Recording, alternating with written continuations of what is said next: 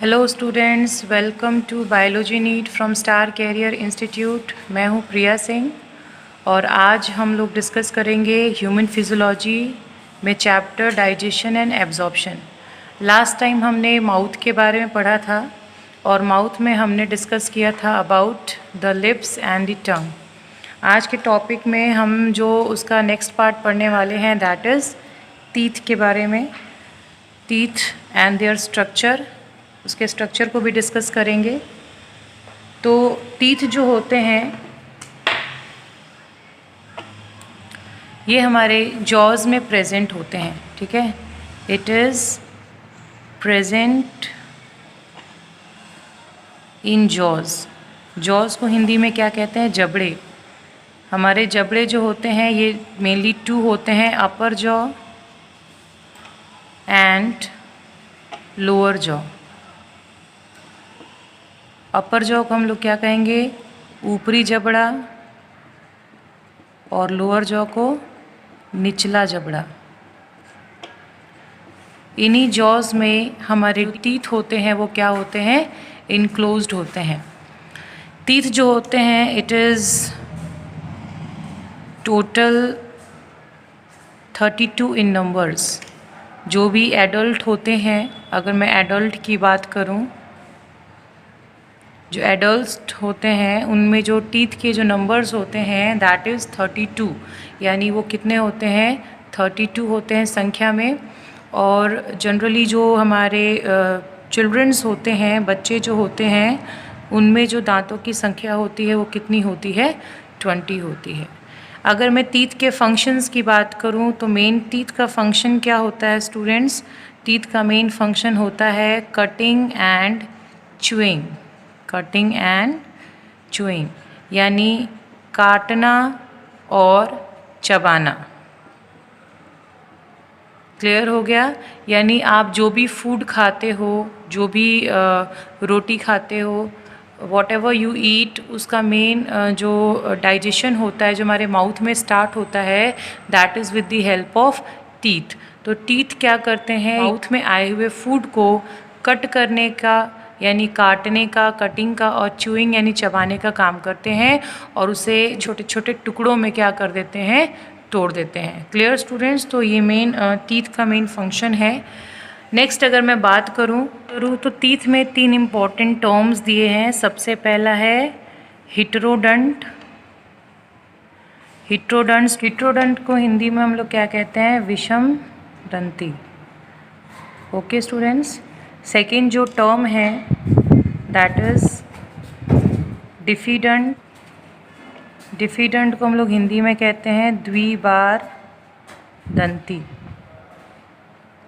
और तीसरा जो है दैट इज़ थीकोडंट। थीकोडंट को हम लोग हिंदी में कहते हैं गर्त दंती। ओके स्टूडेंट्स, ये 3 टर्म है। अब ये तीनों टर्म क्या कहते हैं, क्या डिफाइन करते हैं, हम डिस्कस करेंगे। सबसे पहले बात कर लेते हैं हिट्रोडंट की। तो हिट्रोडंट का मतलब क्या होता है? हिट्रो मतलब होता है डिफरेंट। हिट्रो मतलब क्या होता है? डिफरेंट। डिफरेंट मतलब जो अलग अलग हो। तो अगर हम अपने टीथ की बात करें तो हमारे टीथ में 4 डिफरेंट टाइप्स के टीथ पाए जाते हैं। कितने टाइप्स पाए जाते हैं? 4 टाइप्स के टीथ पाए जाते हैं। कौन कौन से होते हैं? सबसे पहला है इंसीजर।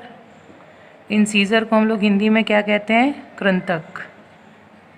सेकेंड जो है कैनाइन। कैनाइन को हिंदी में हम लोग क्या कहते हैं? रदनक। Okay students. इसी तरीके से थर्ड है प्रीमोलर। प्रीमोलर्स को हिंदी में हम लोग क्या कहते हैं? अग्र चवर्णक। इसी प्रकार से जो फोर्थ पार्ट होता है हमारे टीथ का दैट इज़ मोलर्स। मोलर्स को हम लोग क्या कहते हैं? चवर्णक। तो ये 4 टाइप के टीथ्स जो होते हैं हमारे माउथ में क्या होते हैं? प्रेजेंट होते हैं। और ये 4 टाइप्स के टीथ होते हैं, दैट्स वाई इन्हें क्या कहते हैं? हमारे टीथ को हिट्रोडंट यानी विषम दंती कहते हैं।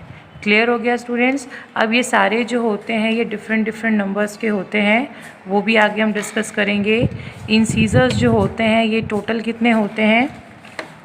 इंसीजर्स होते हैं टोटल 8 इन नंबर्स। इंसीजर्स की संख्या हमारे माउथ में क्या होती है? 8 होती है। इसी प्रकार से जो कैनाइन होते हैं वो कितने होते हैं, टोटल 4 होते हैं। प्री मोलर्स की अगर बात कर लें तो ये टोटल 8 होते हैं, और अगर हम मोलर्स की बात कर लें तो ये टोटल कितने होते हैं, 12 होते हैं।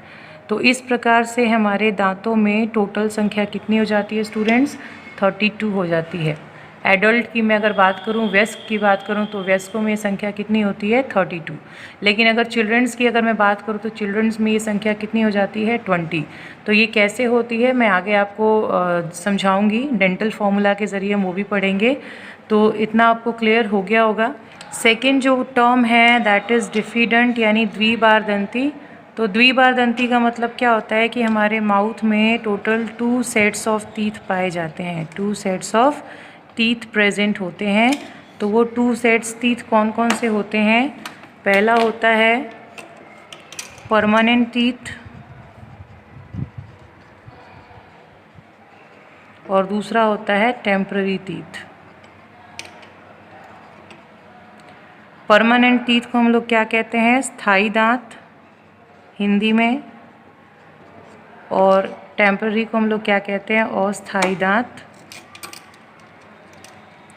तो ये 2 सेट्स ऑफ टीथ होते हैं जो हमारे माउथ में प्रेजेंट होते हैं। पहले टेम्पररी टीथ देखने को मिलते हैं चिल्ड्रंस में, छोटे बच्चों में आपको देखने को मिलेंगे।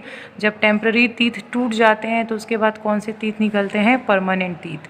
तो ये 2 सेट्स ऑफ टीथ हमारे पूरे लाइफ टाइम में प्रेजेंट होते हैं, इसीलिए इनको क्या कहा जाता है, द्विबारदंती यानी डिफिडेंट कहा जाता है। क्लियर हो गया। नेक्स्ट जो हमारा टर्म है दैट इज़ थीकोडंट। नेक्स्ट टर्म क्या है, ठीकोदंत। तो ठीकोदंत को हिंदी में हम लोग क्या कहते हैं, गर्तदंती। अब गर्तदंती से आप क्या समझते हैं स्टूडेंट्स, गर्तदंती का मतलब ये होता है कि हमारे जो टीथ होते हैं they are enclosed in our jaws, यानी हमारे दांत जो होते हैं जबड़ों में धंसे रहते हैं। ओके स्टूडेंट्स, हमारे माउथ में अपर jaw and lower jaw present होता है, जबड़े होते हैं। इन्हीं जबड़ों में हमारे दांत जो होते हैं अंदर तक धंसे हुए रहते हैं, इसी वजह से इनको क्या कहा जाता है, थीकोडंट भी कहते हैं। तो आई होप आपको ये तीनों टर्म्स क्लियर हो गए होंगे। हिट्रोडंट, हिट्रोडंट हमने क्या पढ़ा कि हमारे माउथ में 4 टाइप के टीथ प्रेजेंट होते हैं। कौन कौन से होते हैं, इंसीजर, इंसीजर को हिंदी में कहते हैं कृंतक, कैनाइन, रत्नक, प्री मोलर्स अग्र चवर्णक और मोलर्स चवर्णक। सेकेंड जो टर्म है दैट इज़ डिफिडेंट, द्विबारदंती, मतलब हमारे पूरे लाइफ टाइम में 2 बार दांत उगते हैं, 2 सेट्स ऑफ टीथ जो होते हैं प्रेजेंट होते हैं। एक होता है परमानेंट जिसको हम लोग क्या कहते हैं, स्थायी दांत, और दूसरा होता है टेम्पररी जिसे हम लोग क्या कहते हैं, अस्थायी दांत। टेम्पररी टीथ जो होते हैं छोटे बच्चों में पहले निकलते हैं, उसके बाद जब वो टूटते हैं तो उनके बाद क्या निकलता है, परमानेंट टीथ। लास्ट जो टर्म है दैट इज़ थीकोडंट। थीकोडंट जो होता है हमारे जो दांत होते हैं हमारे जबड़ों में नीचे अंदर तक धंसे हुए रहते हैं, इस वजह से हम इन्हें क्या कहते हैं, गर्तदंती यानी थीकोडंट कहते हैं। क्लियर हो गया स्टूडेंट्स। नेक्स्ट जो हम बात कर लेते हैं that is dental formula. Dental formula क्या होता है, यानी दंत सूत्र क्या होते हैं, यानी दांतों की कैलकुलेशन अगर आपको करनी हो, किसी भी हमारे माउथ में कितने नंबर में दांत प्रेजेंट है उसकी कैलकुलेशन कैसे करनी हो, तो डेंटल फॉर्मूला के ज़रिए ही कैलकुलेट की जाती है। तो हम लोग देख लेते हैं कि डेंटल फॉर्मूला क्या होता है। अगर मैं डेंटल फॉर्मूले की बात करूं तो आप उसको कैसे रिप्रेजेंट कर सकते हो, half number of teeth in upper jaw, यानी दांतों की आधी संख्या ऊपरी जबड़े में इस divided by half number of teeth in lower jaw, दांतों की संख्या निचले जबड़े में, उसको हम लोग मल्टीप्लाई करेंगे 2 से। तो ये मेन फॉर्मूला होता है एज़ यू नो कि हमारे दांत में 4 टाइप्स के टीथ प्रेजेंट होते हैं। इन सीज़र को हम लोग रिप्रेजेंट करते हैं आई से, इसी प्रकार से कैनाइन को हम रिप्रेजेंट करेंगे सी से, प्री मोलर्स को हम लोग रिप्रेजेंट करेंगे पी एम से, और मोलर्स को रिप्रेजेंट करेंगे हम लोग एम से।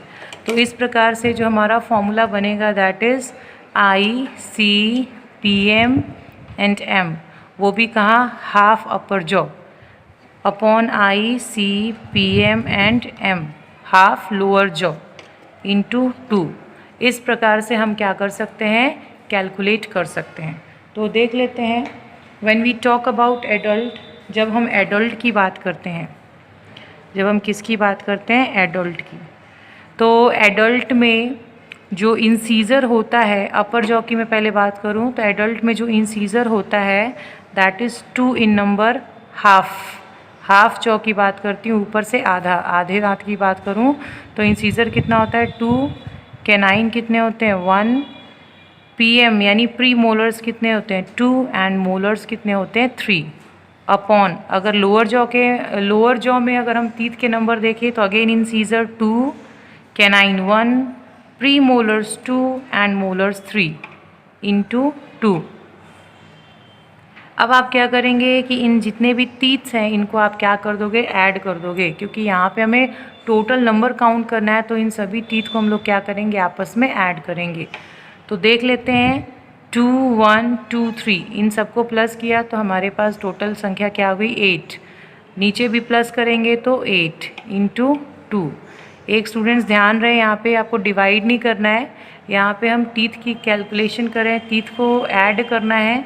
तो अब ऊपर का जो पार्ट है 8 इन नंबर, और नीचे का जो जॉ है उसमें जो दांतों की संख्या है वो भी 8 है। तो ऊपर वाले जबड़ों की और नीचे वाले जबड़ों के दांतों की संख्या को हम क्या करेंगे, प्लस करेंगे, यानी 8 और 8 टोटल कितने हो गए, 16 टीथ हो गए। और फिर हम उसको 2 से क्या करेंगे, मल्टीप्लाई। इसको 2 से क्यों मल्टीप्लाई किया, क्योंकि ये हमारे जो बाकी के आधे दांत बचे हैं दूसरे साइड में, अपर एंड लोअर, उसका मतलब है हम उसको 2 से मल्टीप्लाई कर देंगे तो हमारे टोटल दांतों की संख्या निकल आएगी। तो जब 16 से 2 को आप मल्टीप्लाई करोगे तो टोटल दांतों की संख्या कितनी हो गई, 32। इसका मतलब एडल्ट में कितने टीथ होते हैं, 32 होते हैं। क्लियर हो गया स्टूडेंट्स।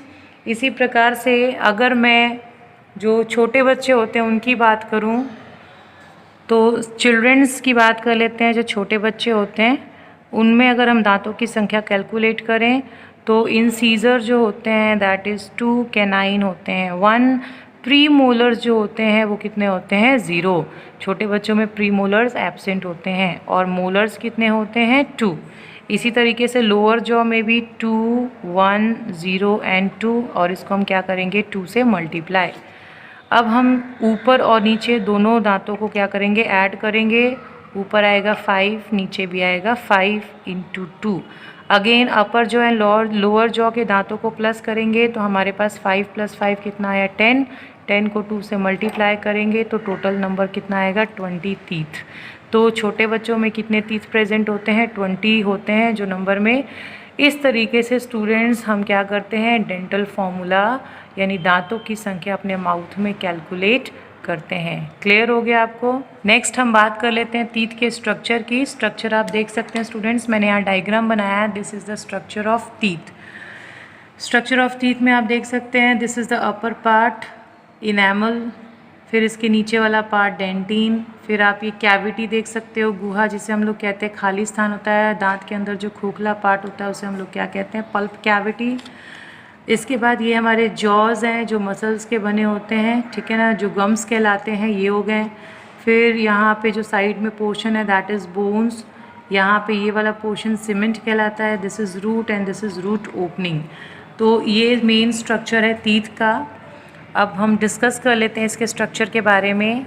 जो टीथ है it is mainly divided into 3 parts. It is mainly divided into 3 parts. 3 part में डिवाइडेड है।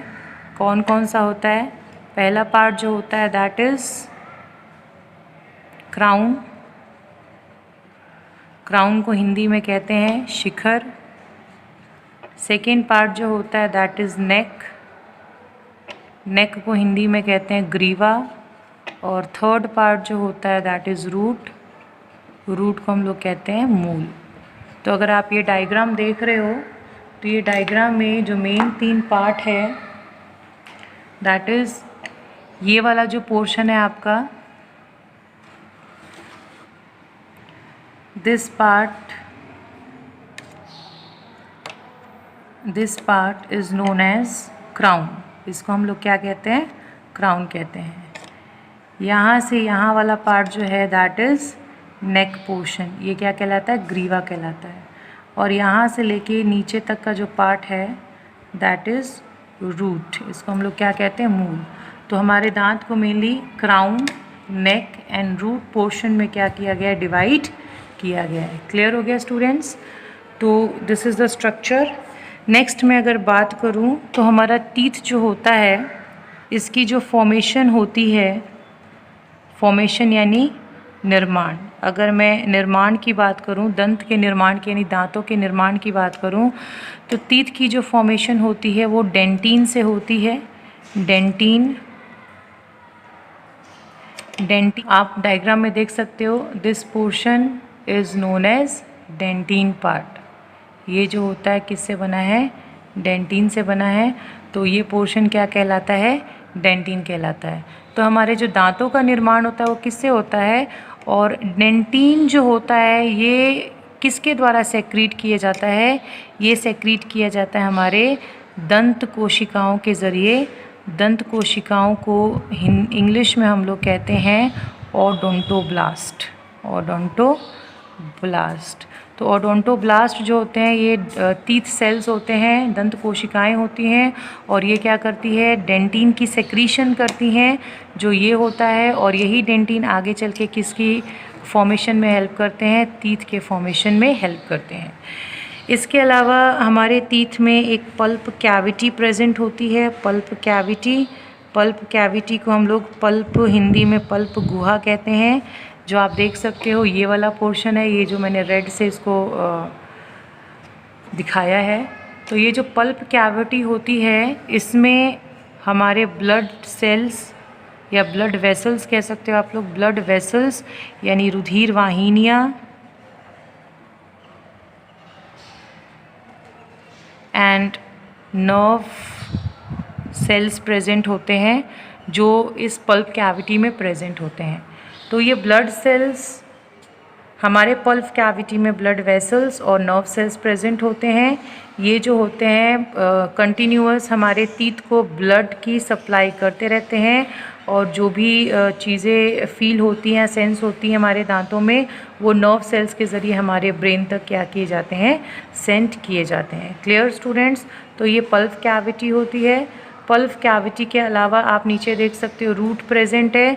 तो हमारे जो टीथ होता है उसके सबसे नीचे वाले पोर्शन में एक रूट एपिकल पोर प्रेजेंट होता है।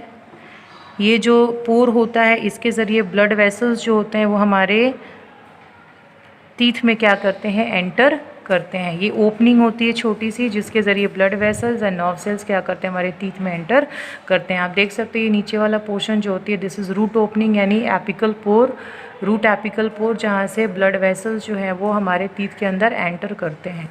इसके अलावा एक और पार्ट प्रेजेंट होता है जिसे हम लोग क्या कहते हैं? सीमेंट कहते हैं।